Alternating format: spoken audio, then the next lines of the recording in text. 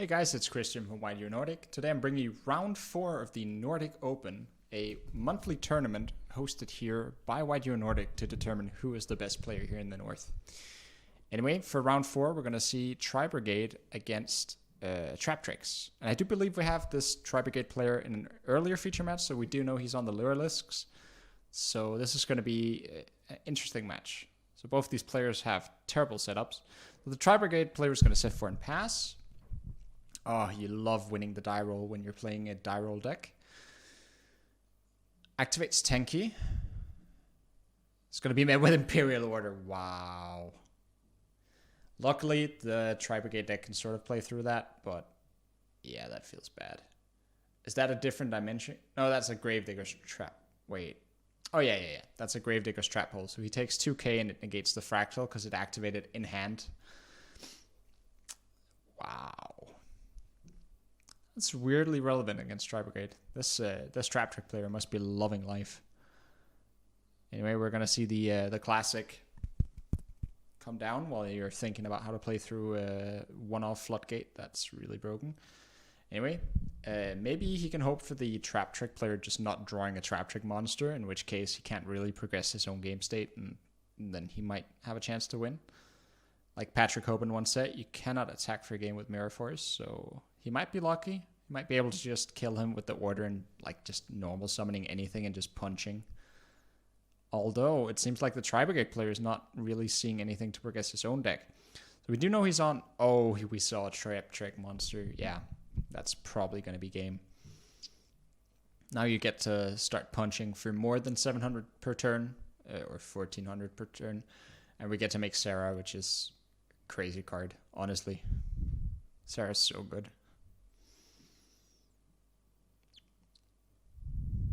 If I had a nickel for any time I've seen Sarah attempted to be impermed, I'd probably have $1. Anyway, we're gonna see the Tribrigade player draw. He's probably like, honestly, with the luck Traptrix had so far, like winning the die roll, opening order, he's like his opponent's probably just sitting with like 5 spells, 3 prosperity in hand or something. Sometimes it's just your day. Anyway, Sarah's gonna poke for I believe 800 or maybe 500. Can't remember. I think it's 800. And we're just gonna pass. And ironically, the Traptrix player is actually dying faster than his opponent because order is of course costing him 1400 for every 8 or 500 that he can deal with Sarah. And we're going to see Fractal come down, sending a Kit, and then Kit's going to be able to send a Nerval, and then Nerval's going to be able to add probably a Karas. It's really not looking good for Tribrigade here, but it's going to be interesting. If the other 4 back row are bad hole cards, then maybe going to normal summon Karas. Going to be hit with Floodgate Trap Hole, and that's going to trigger Sarah as well. I think you concede here if you're the Tribrigade player.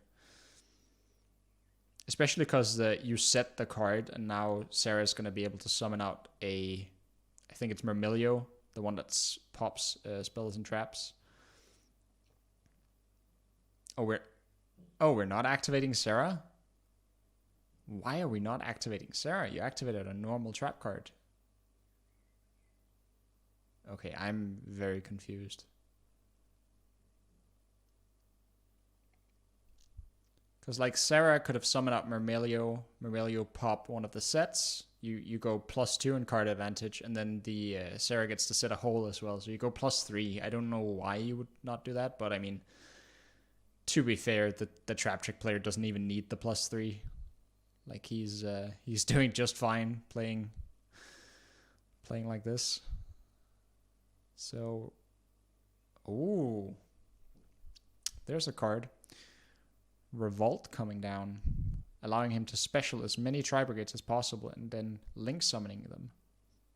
So he's going to go for Omen in the same zone Sarah is, which is illegal. It should definitely be in the other zone, but it's a small detail. So choosing to... So again, the target from Omen is the effect of Omen is non-targeting. So are we getting rid of Sarah, or are we actually gonna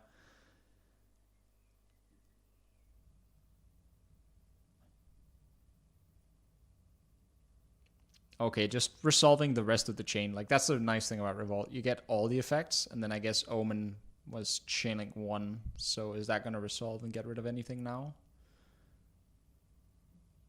Yeah, so chooses to go for a back row.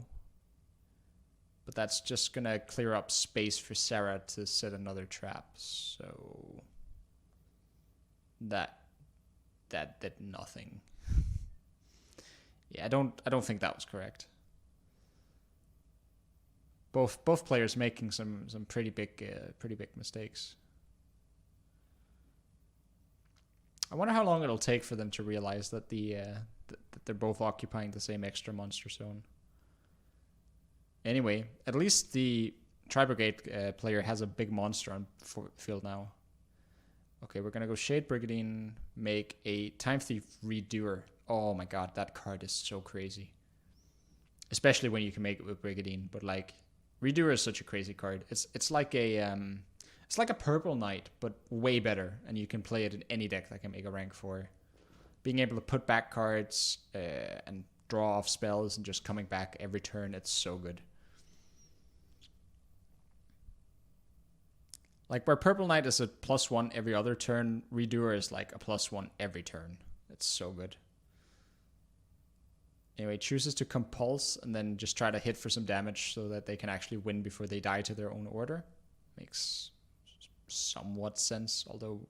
Oh, okay, that had to be game, otherwise that was a weird play. Okay, so we're going to see Traptrix, open Imperial Order, and a billion trap cards and just win. So a good game to win the die roll on. Although, to be fair, the main interaction that the Tribrigade player sets up, the barrier statue, while it does prevent making Sarah, but it's not super good. Although the Simorg link going +1 every turn is definitely gonna make it hard for the Traptrix player to outgrind. Oh wow, they're almost in sync with their shuffling. Anyway, it's going to be really interesting to see what they do game 2. We're definitely not going to let Traptrix start.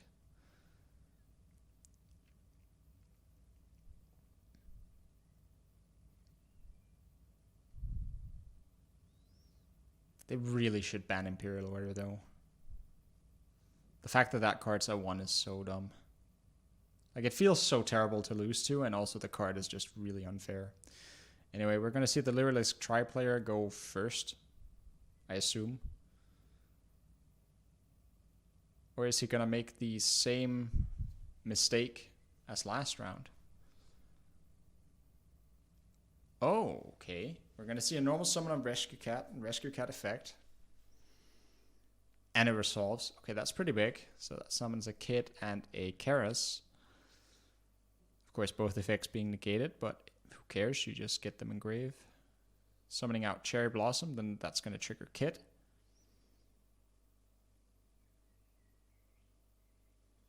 Or not. Am I missing something?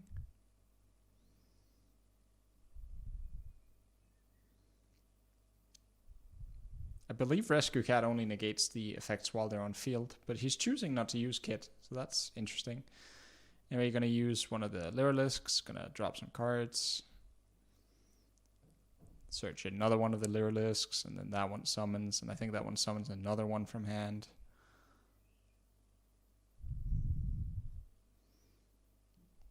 I don't understand why they didn't send a Nerval with the Kit.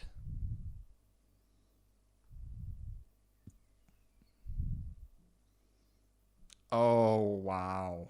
Yeah. Yeah, that's gonna hurt. So he gets the Beard for 4 here.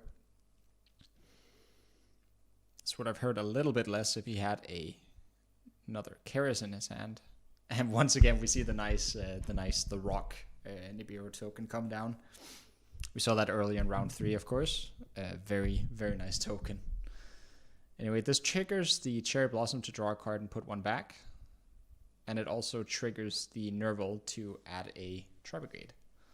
So we're not completely out of it yet. Still have plays. So gonna resolve Cherry Blossom. Or whatever it's called. Berry Blossom, I don't even know. It has a Tenki, so that's gonna be pretty good. Adding a Fractal. And then Kara's gonna dump Fractal, and then Fractal's gonna... Or he has a response to Kara's? Nah, that would be weird. Anyway, not using Fractal, just summoning Kara's. Fair enough.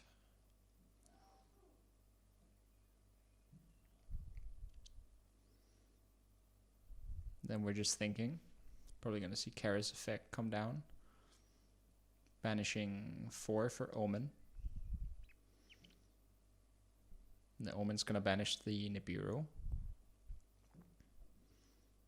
And you could go for a Link 2 here just to trigger the Omen to add. But I don't know if there's another extender you can add to do anything. Nah, probably not. Yeah, just going to pass there. Understandable. Omen is still... You know, a big body is going to do a lot in these like trap matchups. Anyway, normal summons a copy of, looks like Myrmelio. I believe that's the one that searches a whole card, although I'm not entirely sure. We're going to Ash that. I don't think that was correct. Yeah, you definitely shouldn't Ash the, like the holes are like the weakest part of the deck. It's just how you generate advantage. Gonna special Ecclesia, and then okay, yeah. Just gonna go for Utopia double, and if that token is less than 2000 attack, that's just gonna be game.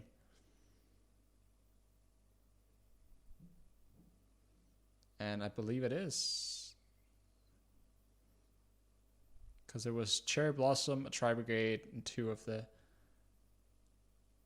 All the Lyralisks, I think, are 0. I think they're just checking. They might...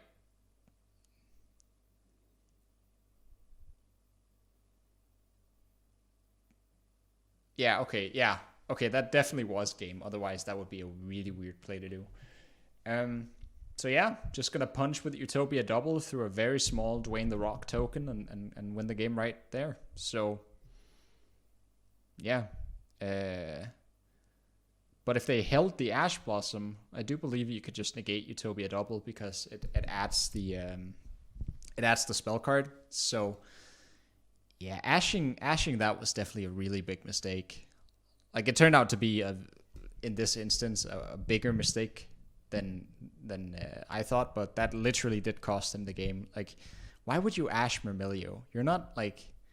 When you already have setup, you already have Kara's on field, you shouldn't be that scared of like a floodgate trap hole or whatever. That was definitely incorrect. Definitely incorrect. And that's a shame that cost him the game. But anyway, at least he lost to like a skill thing as opposed to just being Imperial ordered. It wasn't like the Traptrix player's hand was crazy game 2 either. Anyway, that's going to be it for round 4, and I'll see you in the final.